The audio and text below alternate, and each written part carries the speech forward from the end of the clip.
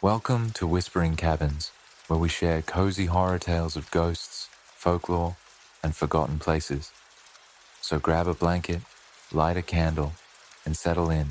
The night is waiting. Tonight, we tell the story of the Forest of Gifts.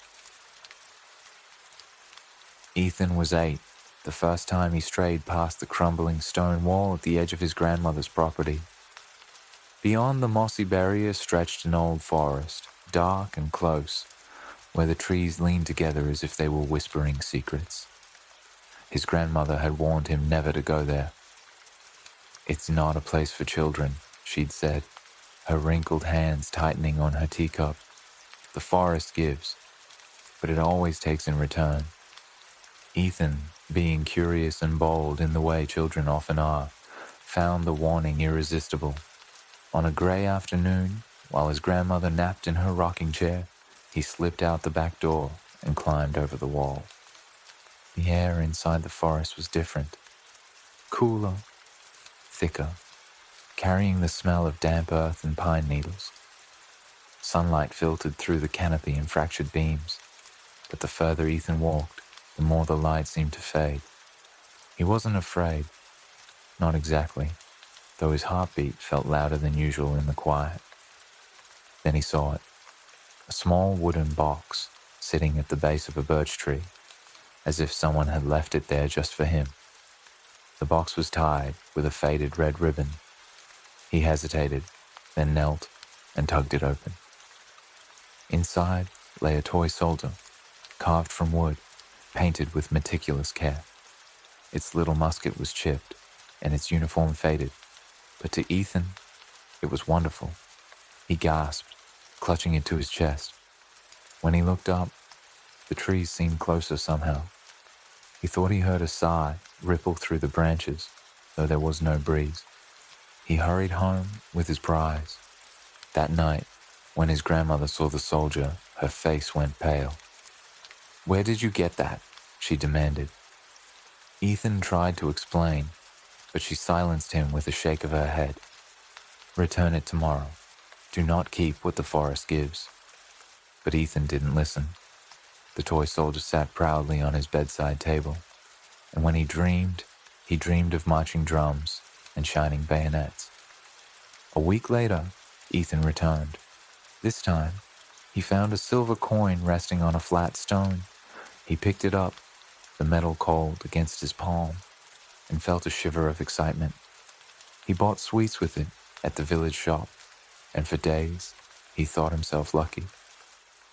But at home, his grandmother stumbled on the stairs, injuring her hip. She winced in pain for days, muttering about debts that always come due. Still, Ethan could not resist. Each time he ventured into the forest, there was another gift waiting.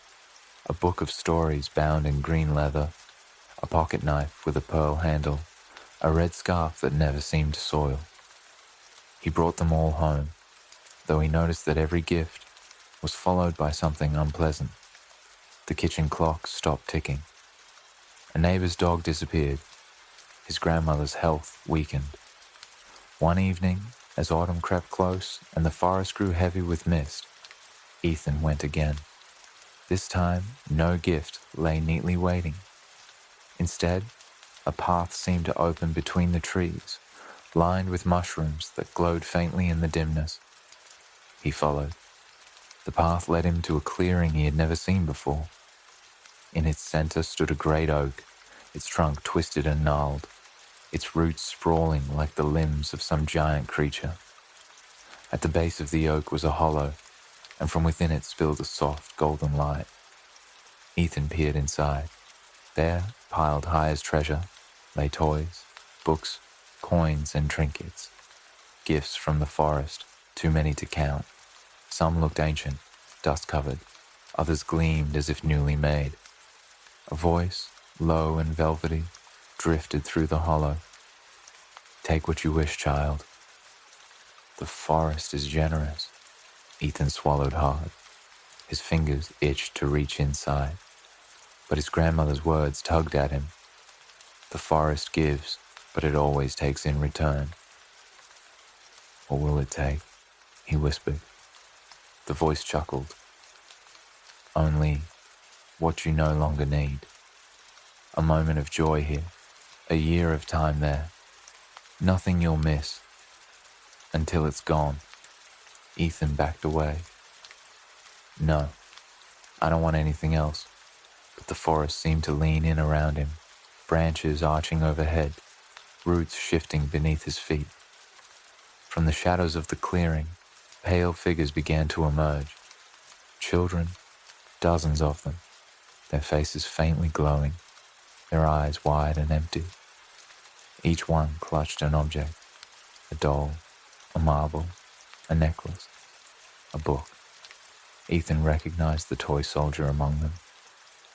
They kept their gifts, the voice purred, and so they stayed. The figures swayed gently, like trees in the wind. Their lips did not move, but Ethan heard a whisper all the same. Stay with us. Stay forever. Terror surged through him. Ethan dropped the red scarf, the silver coin, the pocket knife, all the things he had taken onto the forest floor.